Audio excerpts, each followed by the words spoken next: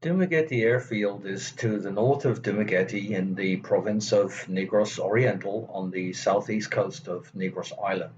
Seemingly unlikely for a small provincial airport, Dumaguete's airport has an interesting history that goes back before World War II, had a flight school that's connected to the war in China, echoes in Pearl Harbor, trained kamikaze pilots, and was to be supplied by Japan's secret largest in the world aircraft carrier. Instead, 85 flight instructors and teenage students died in the trenches up on the mountains.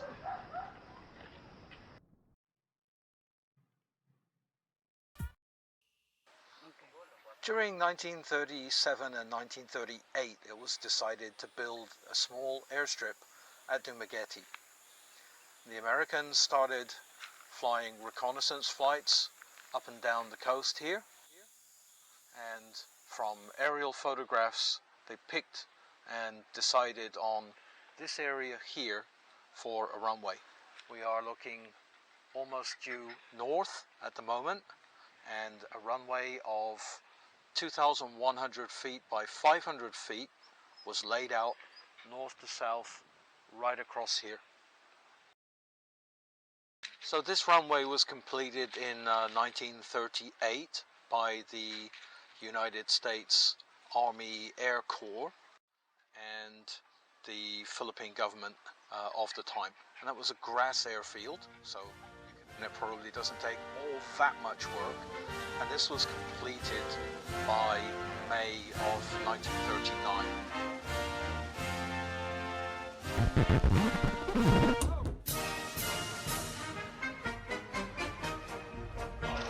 So whatever utility the Americans had for this airstrip was forgotten in 1942 when the Japanese invaded and took over this island.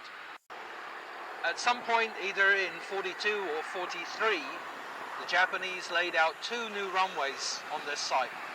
The first ran from the other side of this highway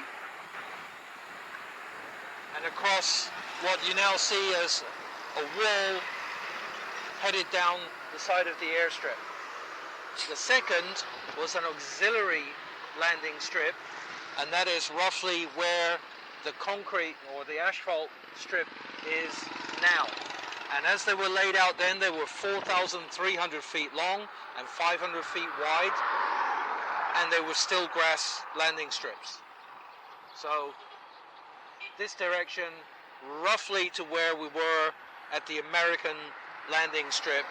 Obviously though, these runways are laid out east-west, so we have a runway 27 and a runway 9. Dumaguete was used by the Japanese as a military airfield. By July 30th, 1944, US intelligence had classified this airfield as an emergency landing strip, with the active combat groups being based around Bacolod and La Carlota on the other side of the island. Japanese naval aviation training was the most exhaustive and intensive of any country at this time, and the results were extraordinary. Japanese naval pilots, contrary to all expectations, were probably the best in the world. Japan's intensive pilot training thus had them entering the Pacific War with the finest, most superbly trained naval aviators. It was a force perfectly suited for scoring a knockout blow against an enemy force, demonstrated with stunning effect at Pearl Harbor. At the start of the war, they had demonstrated that skill with startling achievements. Pearl Harbor was just a beginning. They not only dominated the Pacific, but also forced the Royal Navy to withdraw from the Indian Ocean. The Japanese Corps of Naval Aviators was a relatively small force, but one ideally suited for winning a short war. Japanese carrier pilots demonstrated their skill in the early months of the war, flying the sleek A6M-0. The catastrophe at Midway in June 42 had nothing to do with the skill of the pilots, but with the Japanese admirals. The Japanese pilot training program, however, had a serious weakness. It was geared to producing a relatively small number of superb aviators at a time that the United States was significantly limiting its military spending. The program was more than adequate for a peacetime navy. The gamble that Yamamoto took was that Japan could force the US to make peace before his corps of superb naval aviators suffered the inevitable attrition of a long drawn-out war. As the Pacific War played out, the corps of well-trained naval aviators proved totally inadequate for a drawn-out conflict with a country with the capabilities and resources of the United States. The US very rapidly expanded its navy, and in particular naval aviation, much more rapidly than the Japanese had thought possible. The US Navy immediately embarked on a program of effective pilot training aimed at producing a very large number of competent, if not superb, aviators. The Japanese carrier aviators were a very small force and totally unsuited for a protracted war against the US. The existing Japanese training program was so intensive and so rigid that it could not be expanded to train larger numbers of merely competent naval aviators, nor did Japanese commanders move to create an effective larger-scale program. Japan also did not rotate its experienced pilots off the front line to help train new recruits. Instead, they stayed on station until they were shot down, along with their irreplaceable combat experience. The aerial combat in the Solomons during the Guadalcanal campaign showed the quality of the Japanese pilot training. Many of these pilots had survived Midway. The naval aviators were assigned to land bases at Rabaul and other island sites, but very few of the survivors of Midway would survive the conflict in the Solomons. As they gradually were lost, especially after Midway, Japan was increasingly left with poorly trained naval aviation recruits who could barely land on their carriers. The Japanese increased the intake of the Yokoren program dramatically in the last 2 years of the war, but now they were rushing the young recruits through with minimal training and flight time. Not only did they fail to create an effective training program, but fuel shortages because of American submarine attacks on the Maru fleet sharply limited training time in the air. Access to oil and the other resources were the primary reason that Japan had launched the Pacific War, and while they had succeeded in capturing these resources after Pearl Harbor, they soon found it impossible to ship them back to the home islands. Nor could they get needed food supplies back to Japan. This severely crimped Japan's war industries even before the strategic bombing campaign began. As a result, when the Imperial Navy's new carriers finally emerged to give battle in the Philippine Sea in June 1944, its highly committed but poorly trained aviators were slaughtered in what became known as the Great Marianas Turkey Shoot of June 1944. This is when the Japanese began to shift to the kamikaze attacks, using young men who knew little more than how to take off and steer. Numerous Yokoren trained pilots and crew members carried out the kamikaze attacks on American invasion forces in 1944 and 45. Many more recruits were still in training, preparing to crash into the expected American fleet, assembling to invade the home islands when Japan surrendered.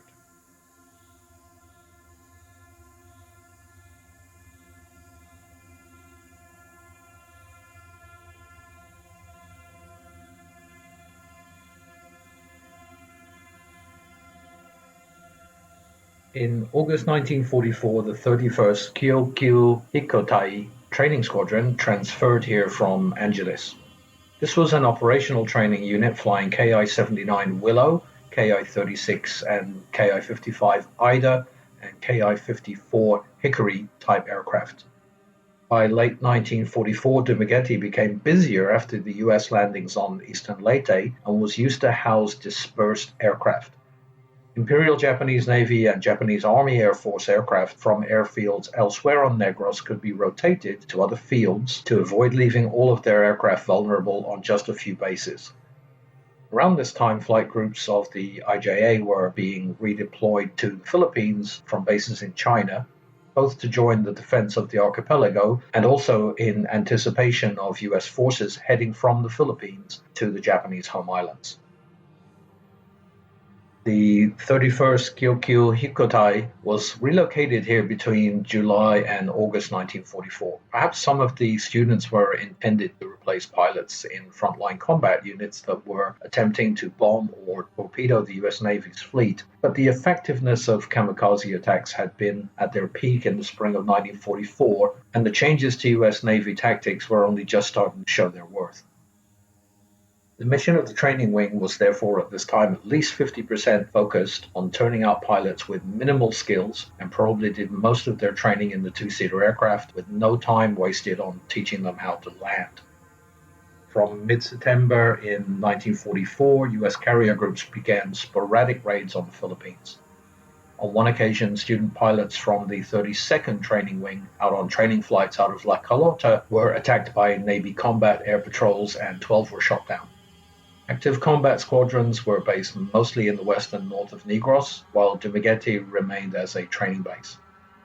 Losses over Leyte in October 44 were so severe that 3 squadrons were withdrawn to Japan to be rebuilt. The Japanese had crash programs to train many more kamikaze pilots, and some estimates indicate they had a plan to have 18,600 trained well enough by November 1945 to conduct a one-way suicide attack. The Japanese intention was to throw every aircraft that could fly into kamikaze attacks against the US ships while they were most vulnerable trying to get troops ashore, and were modifying almost all their aircraft to do so. The units on the Philippines were to attack the convoys taking troops and materials to the landing on Kyushu, scheduled for December 1st, 1945, as part of Operation Downfall. By late 1944, there were about 15 officers and instructors here, and about 85 student pilots, many of whom were young teens, but at this time they had no attack aircraft. To get them, there was a schedule to place their attack aircraft aboard the secret new carrier support ship, the Shinano. At 73,000 tons, the Shinano was the largest carrier built in World War II. Shinano was due to sail to the Philippines on her maiden voyage, bringing much-needed replacement aircraft to fleet carriers operating in the Philippine Sea, as well as land bases. These aircraft would allow the 31st Training Wing in training here in Dumaguete to begin attacks on the convoys that the U.S. Navy would be sending to Japan. On November 28th, the brand new carrier support ship left Yokosuka's shipyards on its maiden voyage, a 16-hour sail to Kure, which is near Hiroshima.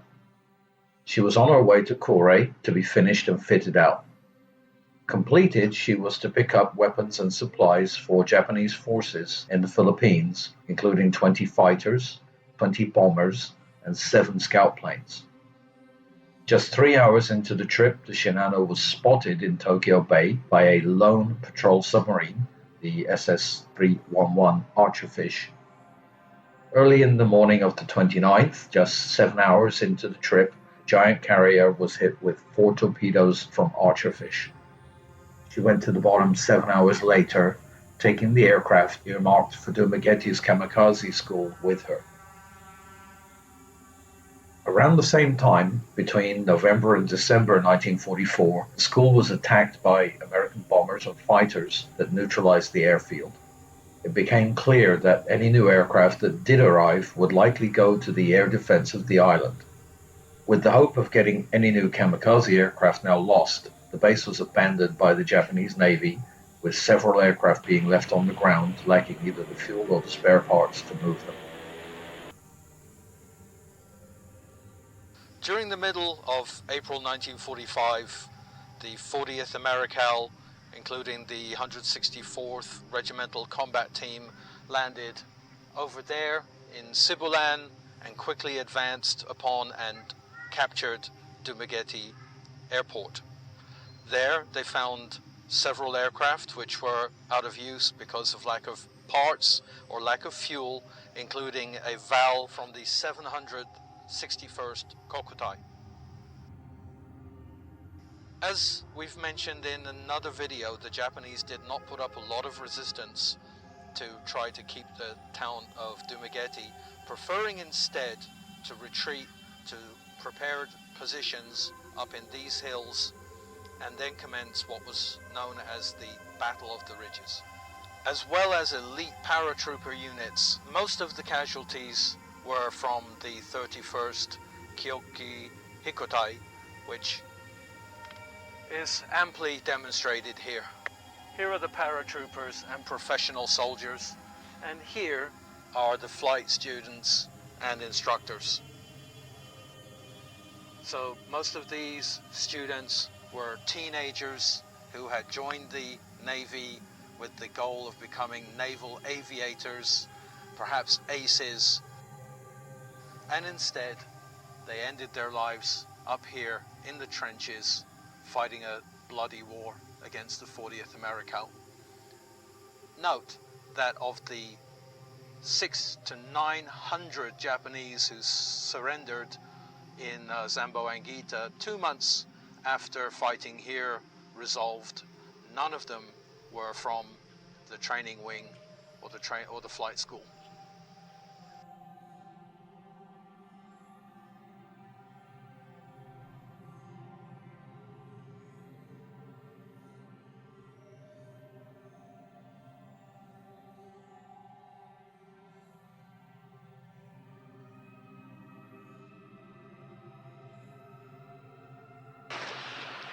And what we're looking at over there is the extended end of the modern runway, which is on that land reclamation. So this is the east end of the modern runways that run east to west. So the statistics say that the runway is 15 feet above mean sea level. Well, it's low tide right about now, and to my eye that looks no more than 8 or 9 feet high. So take that with a pinch of salt. So as well as the runways, the Japanese had laid out some revetments for their aircraft, roughly here, what is now some hangars and also the terminal building, and also on this side, on the north side of the runway, where you now see these modern buildings over there. In addition to this, there were some hangars over here.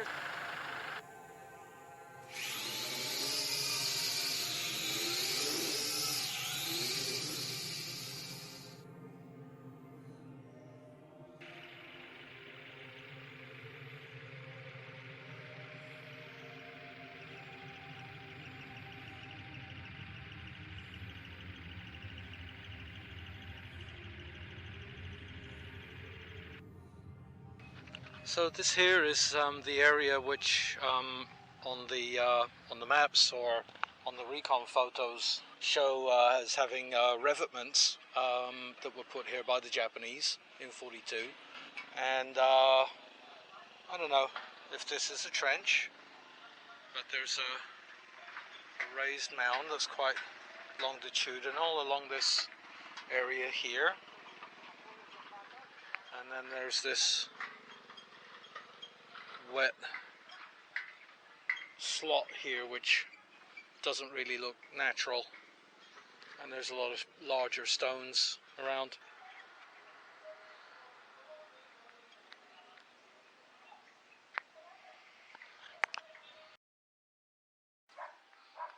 So this here is where the the Japanese main runway was, just along here, and the current runway, or the Japanese auxiliary runway, is just over there.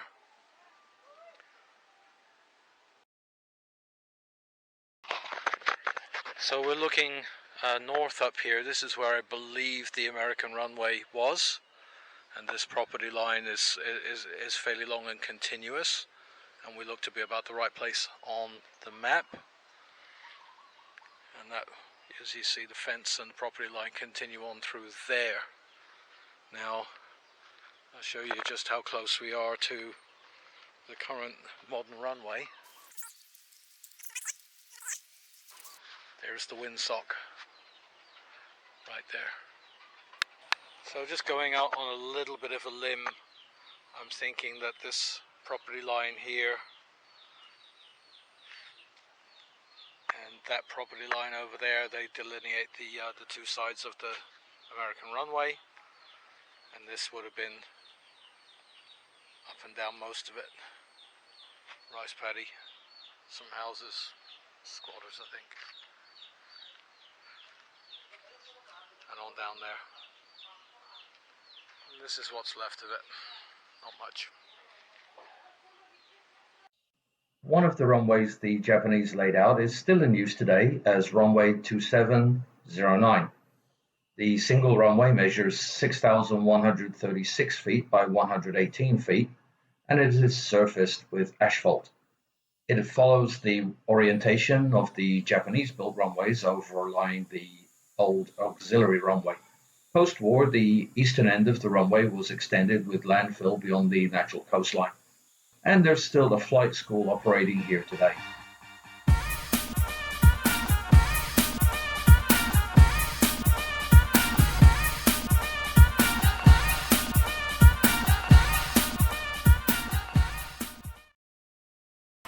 Well, we all remember the misguided effort at rebranding Jesus as Bloody Jesus. And now we have Rasta Jesus. So as well as